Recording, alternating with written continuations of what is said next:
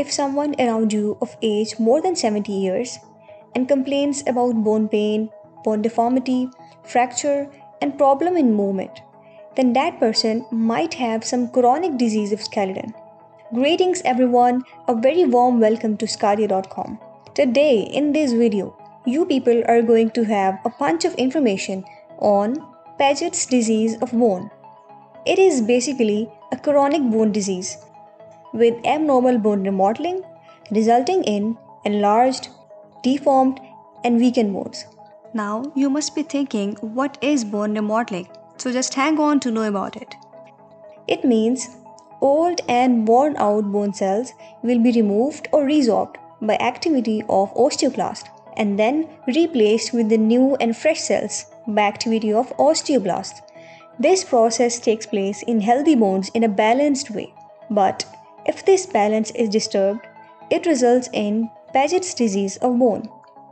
Well, we call it Paget's disease because it was described by an English surgeon, Sir James Paget, in 1877. It is also known as osteitis deformans. Osteo means bone. It mainly affects older people, as the prevalence of Paget's disease is 10% in people aged equal to or above 80 years, and less than 0.3% in people who are under 40. Do you exactly know the difference between incidence and prevalence? Let me tell you about it. The incidence of a disease is the number of people having disease by birth in a specific group per year, while prevalence of a disease is the total number of people having disease at a given time in a specific group, including both newly diagnosed and pre-existing cases.